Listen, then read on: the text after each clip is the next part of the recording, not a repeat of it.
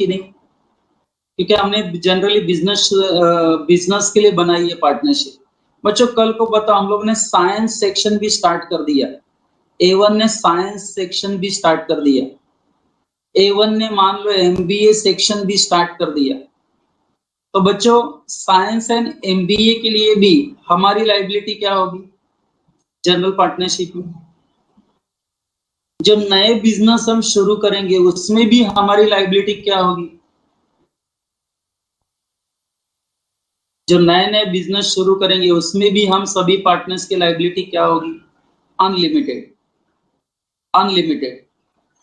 लेकिन बच्चों particular partnership में आपको नहीं ऐसा लगता कि उस पर्टिकुलर एडवेंचर के लिए ही लायबिलिटी होगी, बाकी कुछ किसी से कोई कुछ लेना देना नहीं, उस पर्टिकुलर बिजनेस से ही रिलेटेड इनकी लायबिलिटी होगी, क्योंकि उसी स्पेशल एक्ट के लिए तो ये लोग साथ में आए हैं।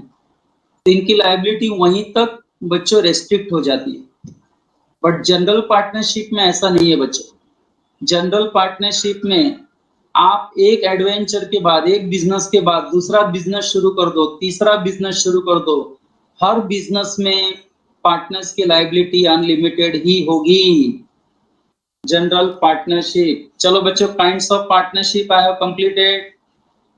बच्चों जरा रिस्पांस चाहिए। Have you understood all the four? Partnership at will, partnership for fixed term, particular partnership, general partnership. बच्चों next one partnership deed. Don't you think so आपने OCM में इसका भी आइडिया लिया है? Partnership deed. डीड मतलब what is deed? It is a legal document, बराबर है, जो पार्टनर्स की एग्रीमेंट को बच्चों एक्सप्रेस करता है। बच्चों मैंने कहा था कि नहीं कि पार्टनरशिप जब बनती है पार्टनर्स के बीच में, तो partnership is a result of an agreement. आपस में जो भी एग्रीमेंट करेंगे लोग, बच्चों पर्सन्स एग्री करेंगे आपस में बिजनेस को लेकर, उसी से पार्टनरशिप फॉर्म होती है। तो बच्चों ये जो एग्रीमेंट होता है ये एक्सप्रेस एग्रीमेंट होता है। Don't you think so? Express agreement using words either written और स्पोकन, आइदर रिटन और स्पोकन। बच्चों हमारा इंडियन पार्टनरशिप एक्ट क्या कहता है कि पार्टनरशिप है ना, वो एग्रीमेंट की वजह से होता है, एग्रीमेंट की वजह से होता है, बरोबर है। एंड ये जो एग्रीमेंट लोग करते हैं, पर्सन्स करते हैं, जिन्हें आगे चल के हम पार्टनर्स कहते हैं। बच्चों ये जो एग्री करते हैं बिजनेस शुरू करने से पहले, टर्म्स एंड कंडीशंस, बच्चों आपको लगता नहीं इसको राइटिंग में करना चाहिए उन्होंने? नहीं तो आज डिस्कस किया हुआ हो सकता है 2 साल के बाद भूल जाए, डिस्प्यूट्स अराइज हो जाए। तो फ्यूचर में तूने क्या बोला था, मैंने क्या बोला था, क्या एग्री हुआ था, इसमें डिस्प्यूट या झगड़े करने के बजाय डोंट यू थिंक सो कि जब भी पार्टनरशिप बनाई जाती है एग्रीमेंट से, that agreement must be in writing. Orally भी अलाउड है, ओरली भी अलाउड है, but don't you think so it is advisable to have our agreement in writing? बच्चा आपको एज अ चार्टर्ड अकाउंटेंट आपको नहीं लगता आप अपने क्लाइंट को सलाह ओरली करने के लिए देंगे कि रिटर्न एग्रीमेंट करने का देंगे? बच्चों रिटर्न एग्रीमेंट करने की आप एडवाइस देंगे, सिर्फ एडवाइस ही नहीं देंगे बच्चों, आप पार्टनरशिप डीड बना के देंगे क्लाइंट्स को, जिसका फी आप लेंगे 5 से 10,000 रुपया फी लेंगे आप। So as a chartered accountant बच्चों you should always advise your client. Client अगर आपके पास आया है कि हमें पार्टनरशिप फर्म बनानी है, तो उनको हमेशा एडवाइस करो कि गो फॉर राइटिंग। आप रिटर्न एग्रीमेंट बनाइए, एंड रिटर्न एग्रीमेंट में बच्चों जो भी टर्म्स एंड कंडीशंस आपको रखने हैं पार्टनरशिप को लेकर, बच्चों वो उसमें लिखिए एंड सभी उसको साइन कीजिए। बच्चों जब ये राइटिंग में होता है ना, लीगल डॉक्यूमेंट राइटिंग में बनाया जाता है स्टैम्प पेपर की मदद से, बच्चों इसी को हम, चलो टाइप करो, क्या कहते हैं? इसी को हम क्या कहते हैं? क्या कहते हैं? पार्टनरशिप डीड कहते हैं, पार्टनरशिप डीड कहते हैं, डीड, बरोबर है बच्चों। ओरली एग्रीमेंट को आप पार्टनरशिप डीड नहीं बोल सकते। ओनली डॉक्यूमेंट राइटिंग में जो हो, जो कंटेन करे all the terms and conditions, okay, which defines relationship of partners with each other. जब ये राइटिंग में आप एक्सप्रेस करेंगे एंड उस पेपर को ड्यूली स्टैम्प्ड करेंगे, रजिस्टर्ड करेंगे, तो बच्चों इस लीगल डॉक्यूमेंट को हम एक स्पेशल नाम से बुलाएंगे एंड वो स्पेशल नाम है पार्टनरशिप डीड। पार्टनरशिप डीड बोलेंगे हम लोग उसको।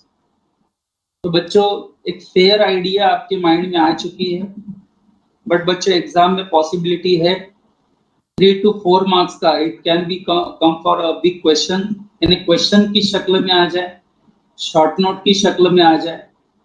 बच्चों इंपॉर्टेंट तो है, हो सकता है write short note on partnership deed. तो बच्चों अभी हम जो पढ़ेंगे उसका एक एक वर्ड समझना, कॉन्सेप्ट क्लियर करना एंड बच्चों खुद की लैंग्वेज में उसको समझकर अच्छे से प्रॉपरली वन एक एक वर्ड एग्जाम में लिखना। चलो let us read now.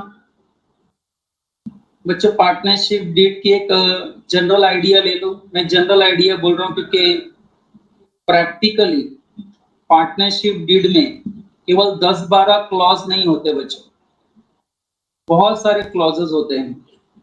But as a CA foundation student आपको जो बेसिक नॉलेज चाहिए पार्टनरशिप डीड का, वो आपको यहाँ दिया गया है एंड वो एक्सपेक्ट भी कर रहे हैं कि आप यही आंसर एग्जाम में लिखो, बराबर है। ऐसा ही आंसर मतलब रटो नहीं है, आगे पीछे सेंटेंस को इधर उधर करके बच्चे ये आंसर आप एग्जाम में लिखो। Let us start student. Partnership deed. Partnership is the result of an agreement, ये हमें पता है, हमने पढ़ा हुआ एलिमेंट्स ऑफ पार्टनरशिप में, सेक्शन 4 के डेफिनेशन में भी पढ़ा है। Partnership is relation between persons who have agreed to share profits of an business। agreed word आ गया ना, हाँ। Partnership is the result of an agreement. No particular formalities are required for an agreement of partnership। सबसे सही बात ये है कि बच्चों पार्टनरशिप का एग्रीमेंट करने के लिए आपको कोई ऐसा पर्टिकुलर फॉर्मेलिटी नहीं है, पर्टिकुलर फॉर्मेलिटी डिसाइडेड नहीं है। बहुत लोग बच्चों पार्टनरशिप का जो एग्रीमेंट है वो राइटिंग में भी करते हैं, कुछ लोग बच्चों वर्बली भी करते हैं। वर्बली मतलब टाइप करो, कुछ लोग राइटिंग में भी कर सकते हैं, कुछ लोग वर्बली भी करते हैं। वर्बली जिसको हम कहते हैं, ओरली, जबान की कीमत जिसको हम कहते हैं, बरोबर है। वचन ही मेरा शासन है। ओह ध्यान दो, फालतू डायलॉग था। तो it may be in writing. बच्चों पार्टनरशिप डीड को लेकर, या सॉरी पार्टनरशिप डीड नहीं, पार्टनरशिप में जो एग्रीमेंट होता है उसको लेकर कोई पर्टिकुलर फॉर्मेलिटी नहीं है। It may be in writing और फॉर्म्ड वर्बली, बट बच्चों एज अ चार्टर्ड अकाउंटेंट, मैंने अभी अभी पूछा, but what advice you are going to give to your clients if they come to you for formation of partnership? What first advice you are going to give to your clients? Go for written document, go for partnership deed। Writing में करेंगे तो ज्यादा बेहतर है in order to avoid future disputes। बच्चों मैंने कल रात को क्या खाना खाया वो सुबह याद नहीं रहता, तो 2 साल पहले हमारे बीच में क्या डिसाइड हुआ कैसे याद रहेगा? आप एग्री करते हैं मेरे बातों से? आपने 2 दिन पहले बच्चों क्या पहना था कपड़ा, क्या खाना खाया था, भूल जाते हैं हम लोग। हेलो, सही बोल रहा हूँ? तो सोचो ना 2 साल पहले हमारे बीच में ओरली क्या एग्रीमेंट हुआ था, ये कैसे याद रखेगा कोई? तो आपको लगता नहीं उससे अच्छा राइटिंग में ही लिख दो सारी चीजें। आज जो डिसाइड हो रही है हमारे बीच में वो राइटिंग में लिख दो, उसको स्टैम्प कर दो, लीगल डॉक्यूमेंट बना दो, ना तुझे टेंशन ना मुझे टेंशन, ऐसा। But it is desirable to have partnership agreement in writing to avoid future disputes. Very important line. That is why बच्चा, as a chartered accountant, you should give advice to your client. Go for agreement in writing. Okay, the document in writing containing various terms and conditions as to the relationship of partners to each other is called partnership deed. बच्चों, हो सके तो ये एक sentence रट लो. कौन सा sentence रट लो? The document in writing containing various terms and conditions as to the relationship of partners to each other is called partnership deed. सुने क्या? हो सके तो. हाँ बच्चों, बहुत जबरदस्त लाइन है. एग्जामिनर ये देख लेगा लाइन, बच्चों खुश हो जाएगा, मार्क्स दे देगा आपको. हेलो, सुन रहे हो बच्चों? मेरा इंस्ट्रक्शन एक छोटा सा इंस्ट्रक्शन है ना? दिल है छोटा सा, छोटी सी आशा. तो डॉक्यूमेंट इन राइटिंग कंटेनिंग, ये अच्छे से रट लो बच्चों. It should be drafted with care. बच्चों लाइन देखो क्या, जब भी पार्टनरशिप डीड आप ड्राफ्ट करेंगे क्लाइंट्स के लिए या आपके लिए, खुद के बिजनेस के लिए, तो बच्चों it should be drafted with very care. बहुत ही सावधानी से आपको पार्टनरशिप डीड को ड्राफ्ट करना है. उसके टर्म्स एंड कंडीशंस को कंफर्म करना है, लिखना है. बराबर है? क्योंकि लीगल लैंग्वेज बच्चों आपको पता है ना, थोड़ा इधर उधर हो गया तो पूरा मीनिंग चेंज कर देता है, पूरा मीनिंग चेंज कर देता है. इसलिए बच्चों जब भी पार्टनरशिप डीड आप ड्राफ्ट करेंगे, ड्राफ्ट मतलब बनाएंगे, शुरुआती जो आप बनाते हो ना स्टार्टिंग में, तो वो ड्राफ्ट बहुत ही ध्यान से सावधानी पूर्वक आपको बनाना है. एंड सिर्फ बच्चों बना के नहीं चलेगा राइटिंग में, आगे क्या करना है देखो. इट शुड बी ड्राफ्टेड, यानी पार्टनरशिप डीड जो है वो ड्राफ्टेड होना चाहिए with care and be stamped according to the provision of stamp act 1899. हर बच्चों ट्रांजैक्शन के लिए हमारे इंडिया में कानून है, दुनिया भर के कानून है, दुनिया भर के एक्ट है. अब देखो ना बच्चों, यहाँ क्या लिखा है, हम पढ़ रहे हैं partnership act, Indian partnership act 1932, लेकिन ये क्या कह रहे हैं, पार्टनरशिप डीड को जब आप स्टैम्प करेंगे ना, तो it should be according to another act. It should be according to the provision of stamp act 1899. My God, year देखो 1899. ओके, यानी कि बच्चा आपने सुना होगा bill of exchange should be properly stamped. सुना था कि नहीं वर्ड आपने, bill of exchange? It should be properly stamped. वैसे ही बच्चों पार्टनरशिप डीड जब बनाई जाती है तो उसका भी रजिस्ट्रेशन होता है, उसका भी स्टैंपिंग होता है, उसका भी नोटरी होता है. बराबर है? मैं आपको रिलेट करने के लिए बता रहा हूं बच्चों. एज अ चार्टर्ड अकाउंटेंट जब आप सीए बनेंगे ना, एंड किसी का पार्टनरशिप डीड जब आप ड्राफ्ट करेंगे, तो उस पे कितना का स्टैम्प पेपर लगेगा.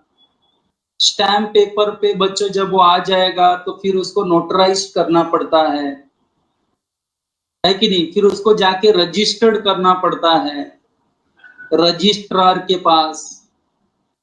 सुना ही होगा आपने, महाराष्ट्र में रजिस्ट्रेशन इज कंपलसरी. सुना है आपने ओसीएम में महाराष्ट्र में पार्टनरशिप की रजिस्ट्रेशन कंपलसरी है.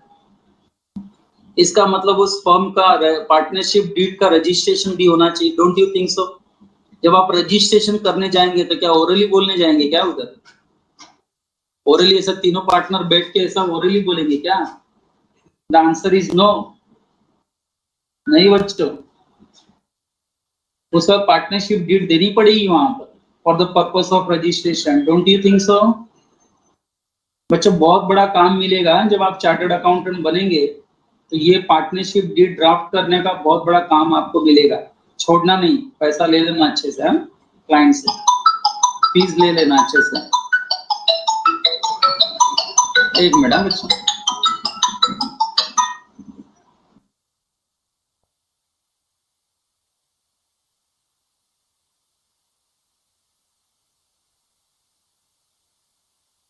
हाँ हेलो. हाँ बच्चा, आवाज आ रही है?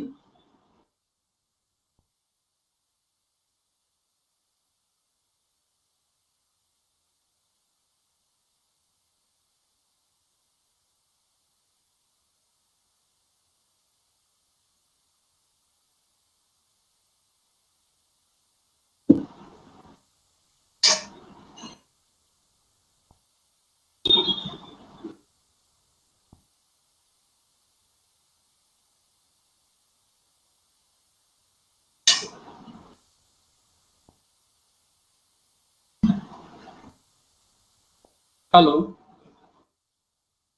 हाँ बच्चा, आवाज आ रही है?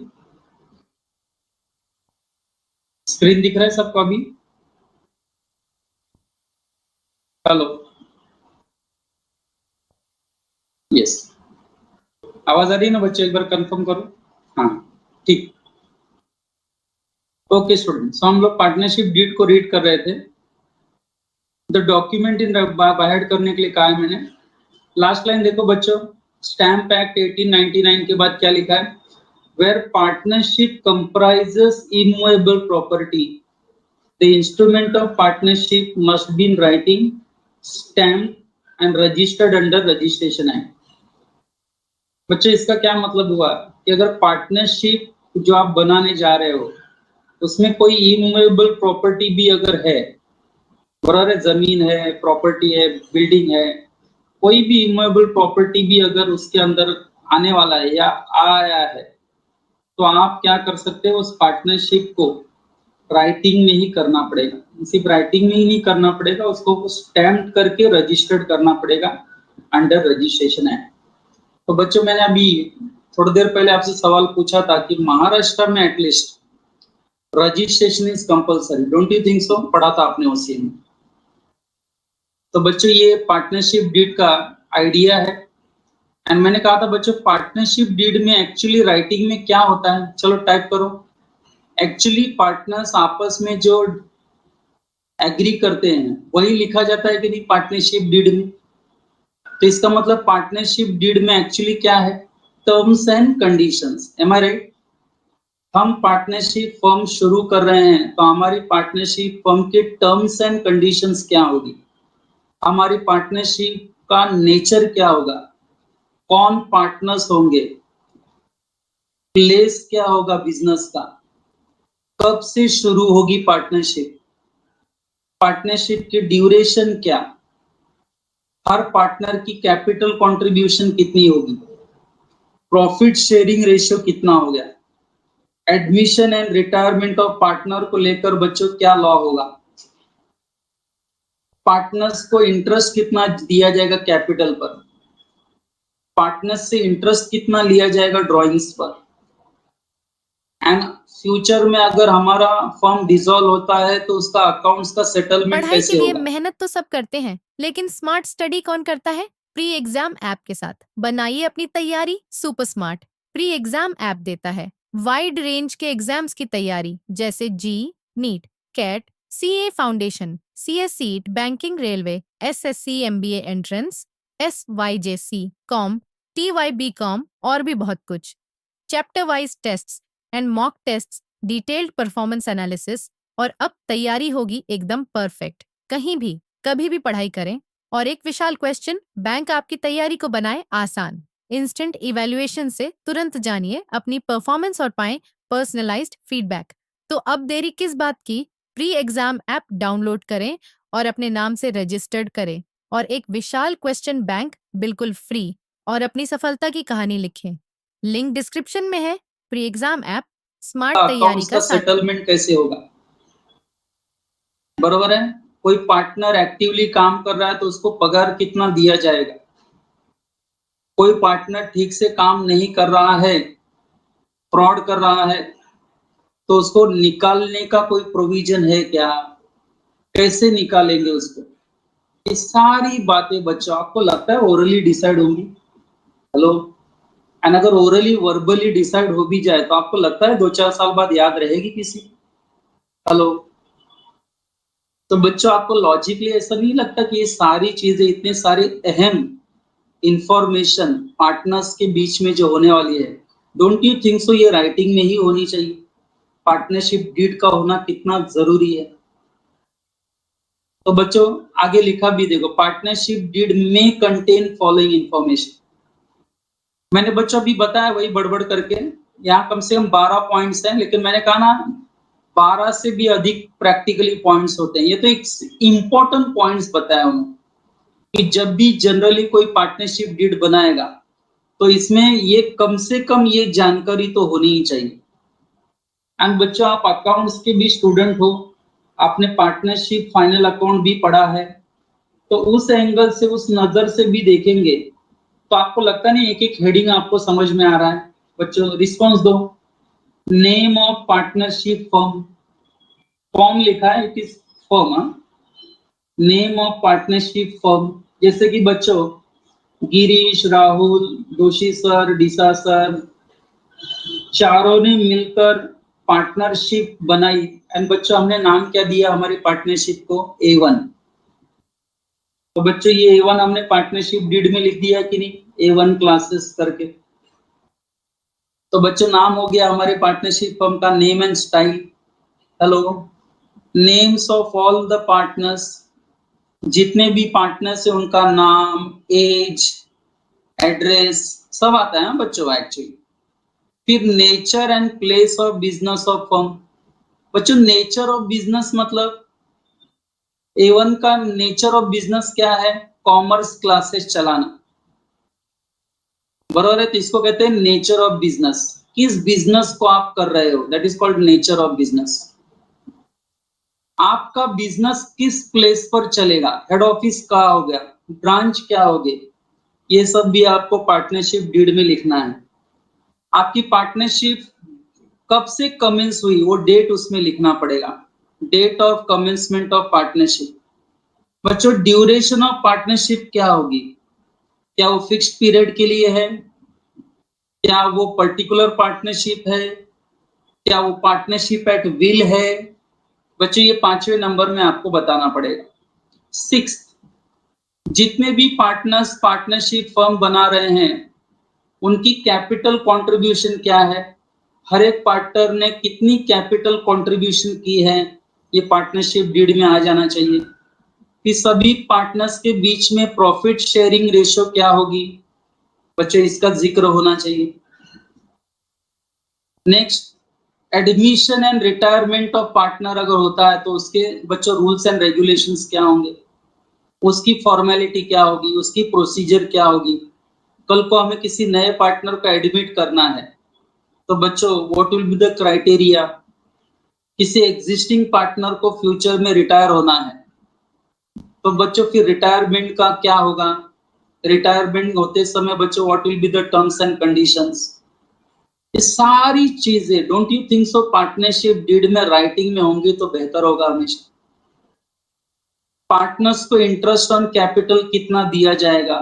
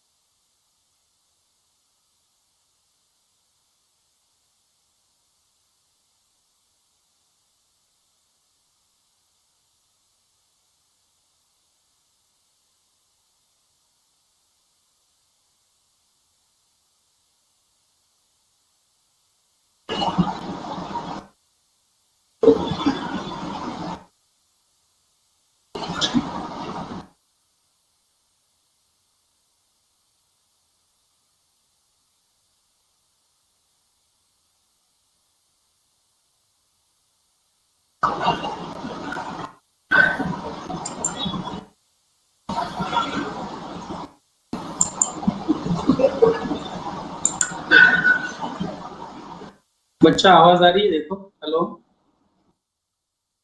स्क्रीन और आवाज आ रही है, देखो स्क्रीन दिख रही है।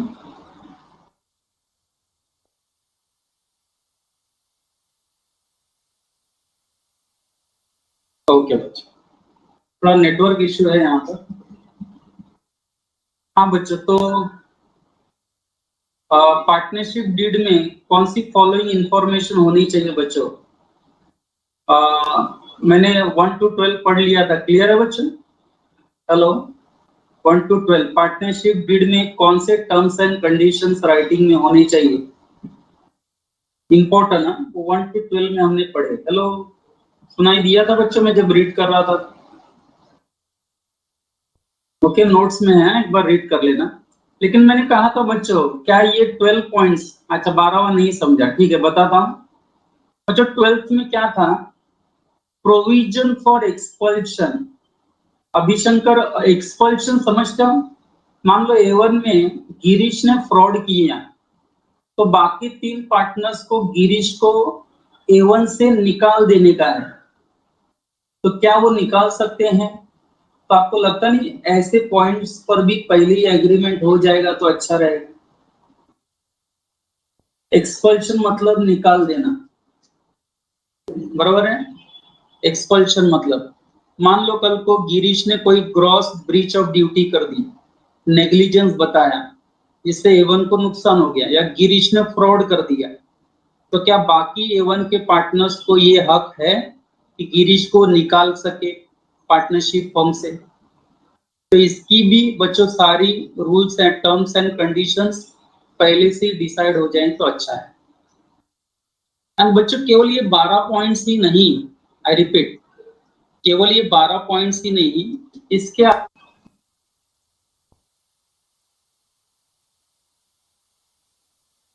हाँ बच्चों, स्क्रीन भी आ रहा है, आवाज भी आ रही है।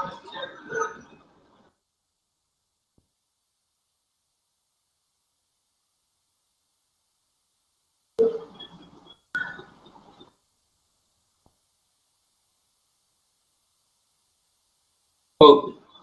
So bachcho, we have completed partnership deed.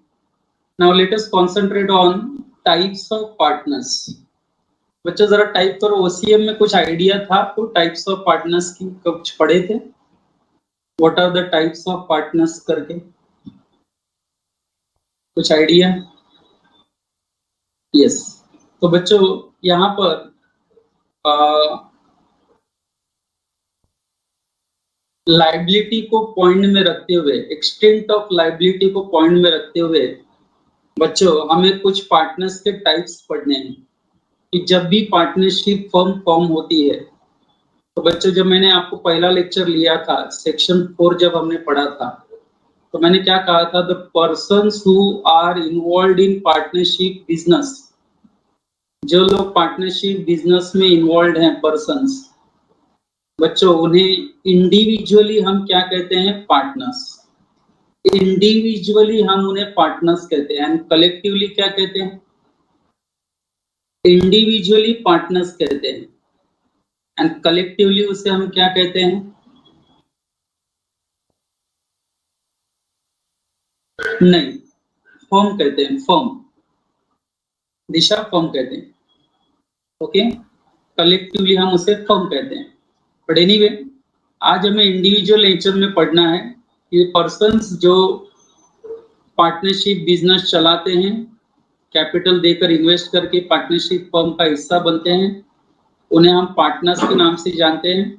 And बच्चों टाइप्स ऑफ पार्टनर्स क्या क्या हैं? Let's start one by one. Very easy discussion, ज्यादा लेवल नहीं है बच्चों।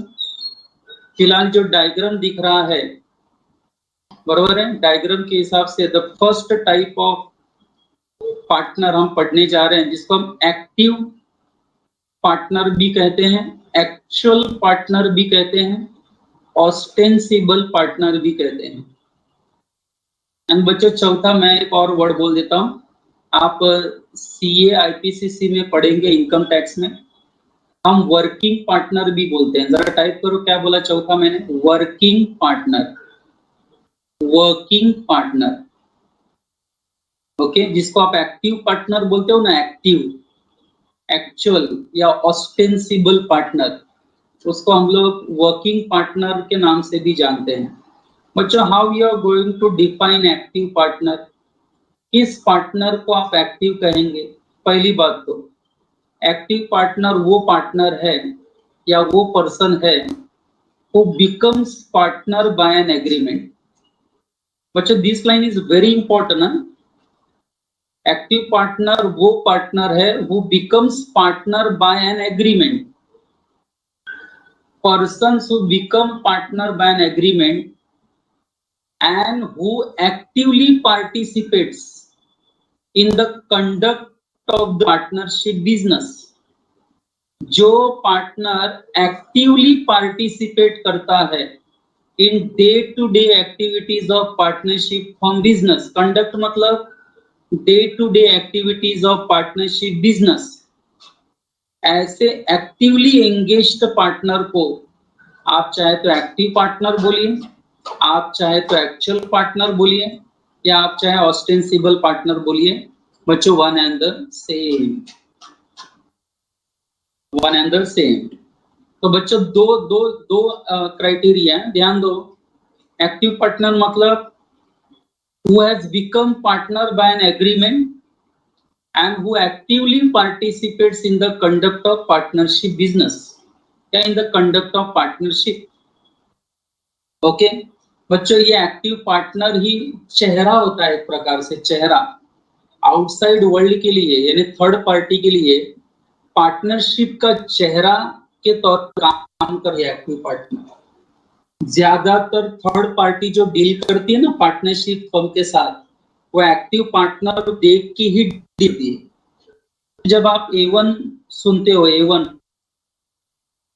तो आपको लगता नहीं दोषी सर, राहुल सर का चेहरे आपको ध्यान में आता है, लेकिन यस और नो?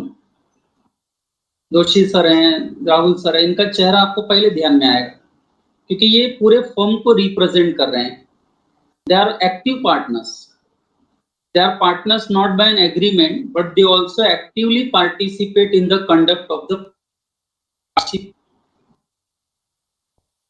ओके, तो बच्चे और उसका मीनिंग दिया देखो डायग्राम के साथ साथ। और बॉक्स में आप देख ही रहे हो बच्चों, एक्टिव पार्टनर का मीनिंग उन्होंने दे दिया है। फिर नीचे कुछ और भी लिखा है, important, very important. He acts as an agent other partners for all the acts done in the ordinary course of business. कौन टाइप करो, कौन एजेंट के तौर पर कर रहा है partner, specially doing any act in the ordinary course of business as an agent. Hello, आवाज आ रही है बच्चों? हेलो,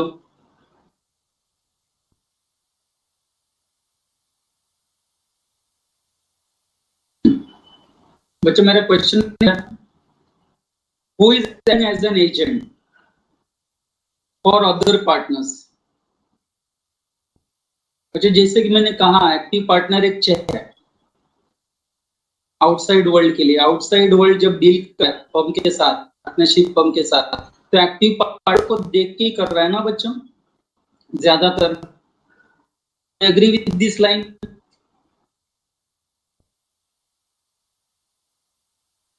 तो फिर बच्चों, आपको ऐसा नहीं लगता कि एक्टिव पार्टनर के किए गए एक्ट के लिए बाकी सभी पार्टनर्स भी जिम्मेदार होंगे?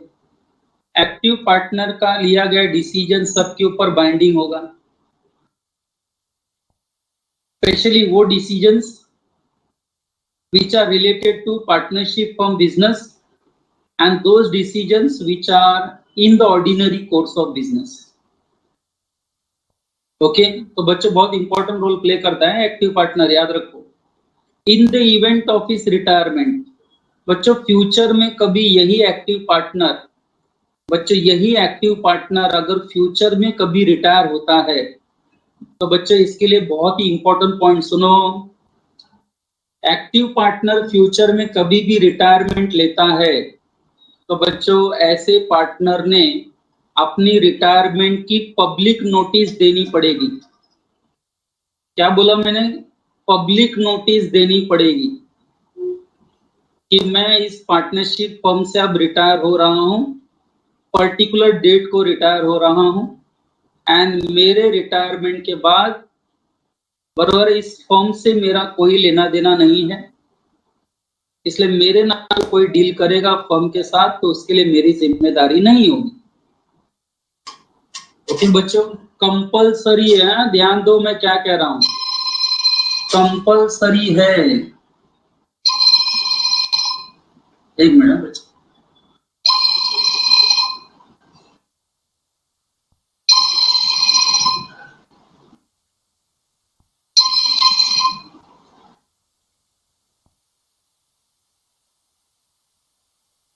हेलो, हाँ